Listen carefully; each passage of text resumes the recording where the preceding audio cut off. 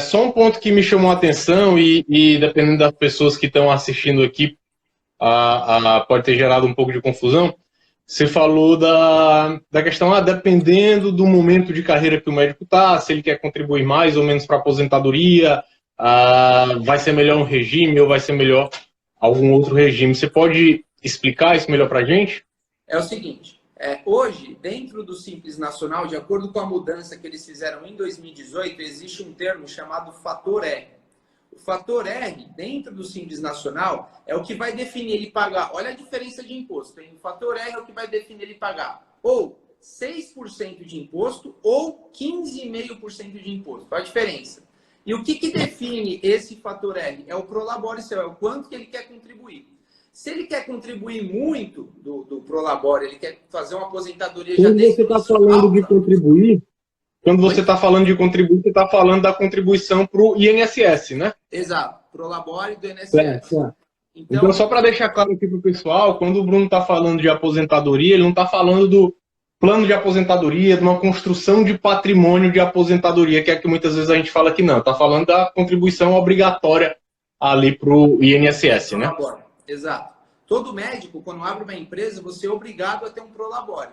Então, o fator R, ele é um percentual entre o tanto que você... Eu estou falando isso numa empresa que só tem um médico, um CNPJ médico, tá? Então, ele faz a divisão entre o tanto que se contribui para essa aposentadoria em cima desse Prolabore, dividido sobre o faturamento. Então, se isso for acima de 28%, ou seja, se você tem um faturamento de R$10 mil por mês, e se você contribuir com uma base de 2.800, 2.801, você vai pagar 6%. Se você falar, não, Bruno, eu não quero recolher Prolabore, eu quero bem baixo. Se você recolher sobre R$1.000, por exemplo, você vai cair na faixa de 15,5%. Então, obviamente, o governo fez isso para incentivar as empresas, os CNPJs médicos, a contratar uma secretária, a aumentar o Prolabore dele, porque tudo isso entra dentro desse cálculo, tá? Então, a questão do Prolabore é essa. Já no lucro presumido, ele é mais indicado quando esse médico não conseguiu entrar nesses 6%, ele vai para os 15,5%. Aí é melhor ir para o lucro presumido, porque ele acaba travando nos 15,5%. No Simples Nacional, ele inicia em 15,5%, então vai aumentando. No lucro presumido, ele trava. Se você faturar R$1.000 ou R$1 milhão no mês, você vai pagar 15,5%. No Simples Nacional, não. Você vai, de acordo com o Simples Nacional, você vai iniciar em 15,5% e vai aumentando, entendeu?